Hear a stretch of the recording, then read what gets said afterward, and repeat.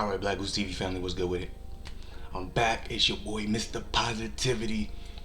As always, it's your boy Fluence. I'm coming at you with some boxing news. We need to talk about it. Well, at the end of the day, I want to know y'all opinion on it. But we also got to talk about it. You know how I be.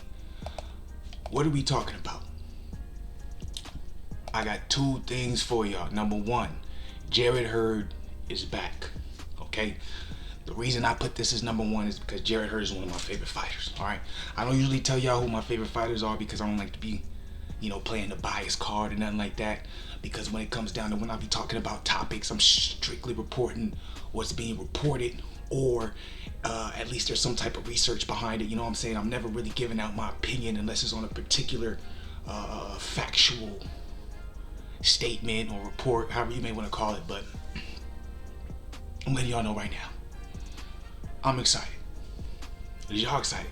Because obviously Jarrett Hurd was coming off his first loss. Okay, he lost to Julian Williams. Julian Williams versus Jarrett Hurd was supposed to happen too. I should say the rematch was supposed to happen. I actually even reported it 2 or 3 months ago that the fight was scheduled to happen before the end of this year. If I may be correct, it was supposed to happen late December, I believe. So it ended up being canceled, if you can call it that. There's also been reports that that fight was never officially confirmed, right? It was never signed on the dotted line. So basically what ended up happening is Julian Williams, he's facing somebody else now for that fight. Let me give you the name. I'm not gonna just say somebody else because I don't like that. That's disrespectful to him. So so y'all know too, you know what I'm saying? I'm gonna get the new equipment so y'all can actually see what I'm looking up, you know what I'm saying? So it doesn't seem like there's still moments, but if I feel like there's gonna be still moments, I'll probably just edit it out, to be real with y'all. He's fighting Hezan Rosario. Okay, that's right, January 18th. So I remember before. So remember that Julian Williams versus Rosario. I actually made a video on this when it was first announced, January 18th. So that's early in the year. Some people actually think that's gonna be a very hard fight for Julian Williams, and I actually agree with it. Rosario was no joke. But I do got Julian Williams, while some people got Rosario winning. But let me tell you this, so y'all know I ain't on no bullshit. Right? So yeah, so let me give you the specifics. So I was right for the most part. December 14th was the original date of the Jarrett Hurd versus Julian Williams rematch. I was stoked for that shit. Man, I really wanted to see it, but so I was right. Jarrett Hurd did withdraw from that. So his excuse, or what he said at the time, was because you got to remember, he was the one who wanted the rematch. He had a rematch clause in case he lost, because he was the Hayes side at the time, and he exercised that clause, right?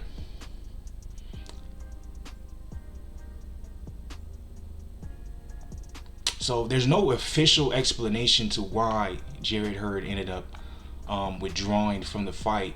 I never actually looked deep into it, right? When I saw him withdraw, there was different explanations for it. Some said that he just couldn't make the weight cut anymore, and he was ready to move up to weight, which his next fight is going to be up in weight. Let me go ahead and tell y'all too, because I don't want y'all waiting around for that. Francisco Santana on January 25th. It's going to be live on Showtime. So if it's on Showtime, that most likely means it's going to be a pay-per-view. Showtime Boxing only does pay-per-views, if I'm correct. If I'm wrong, y'all correct me in the comments. So Jarrett Hurd is going to be fighting Francisco Santana. It's going to be his first fight at junior middleweight, okay?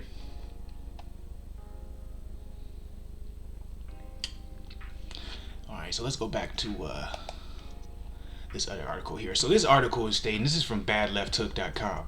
The conspiracy driven among you may point fingers at Williams. Williams demands that all challengers participate in body testing, or perhaps Hurd's profound bigness finally catching up to him. Either way, all we have is irresponsible speculation until we hear more. We still haven't heard anything. So check this out. Julian J. Rock Williams, who upset Jarrett Hurd to win the WBA and IBF 154-pound titles on May 11th, will require future opponents to do at least 90 days random blood testing through the Voluntary Anti-Doping Association. Just a friendly reminder, for my future opponents, I would be requesting at least 90 days random blood testing by VADA. Won't be cycling off on me. Now we're going to find out who's really the best in the 154 division.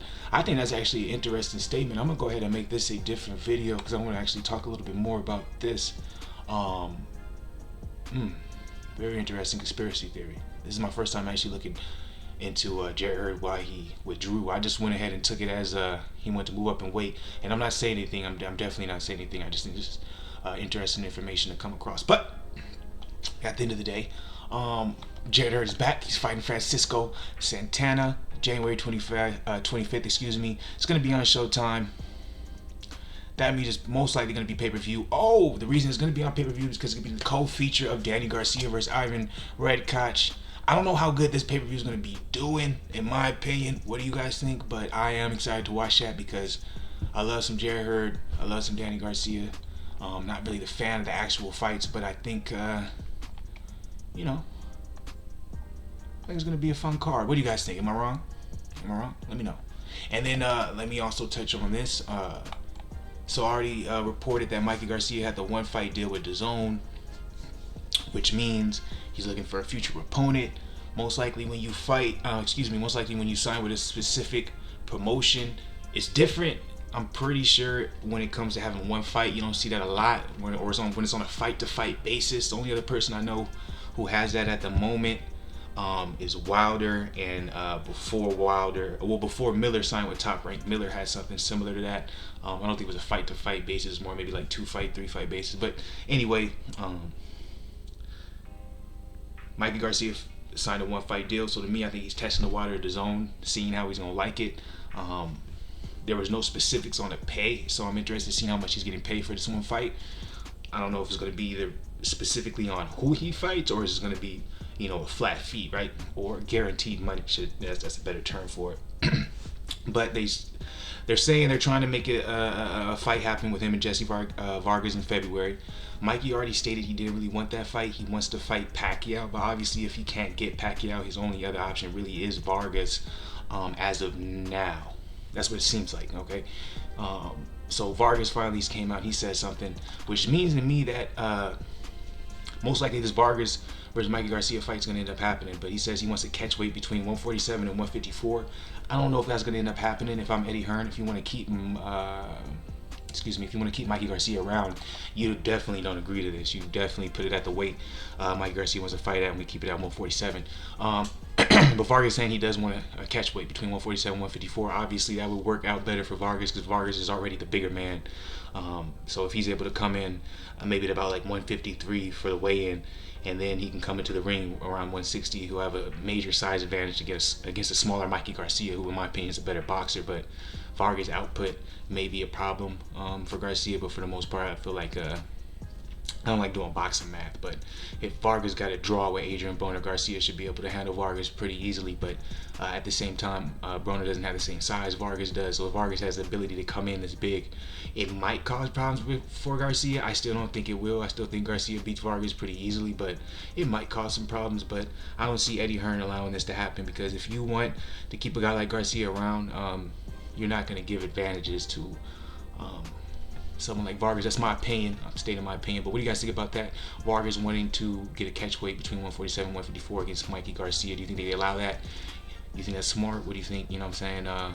What's his game plan behind that? I also want to know what you guys think about Jarrett Hurd having his first fight at junior middleweight. He's fighting Francisco Santana. It's going to happen early January 25th. Co-feature of the Danny Garcia versus Ivan Redkach card. Are you guys excited to see that? It looks like it's going to be pay-per-view. How good do you think the pay-per-view is going to go? I do want to get a little bit more into the fact that Julian Williams is the first 154-pound title holder to demand random drug testing from VADA. Is that relevant? It's going to be the next video I'm going to talk about. It's going to be short. Maybe you might have 2-part series to it, 3-part series to it, similar to the Anthony Joshua, Deontay Wilder A-side, B-side conversation. That's going to be my next video. As always, keep supporting the channel. Likes mean a lot, man. It gets us out in the algorithm. Give us some subscribes too, man, and we're going to keep working and making everything better. If anything, we're going to stay consistent. Appreciate the love, and yeah, stay positive as always, man. The way you see me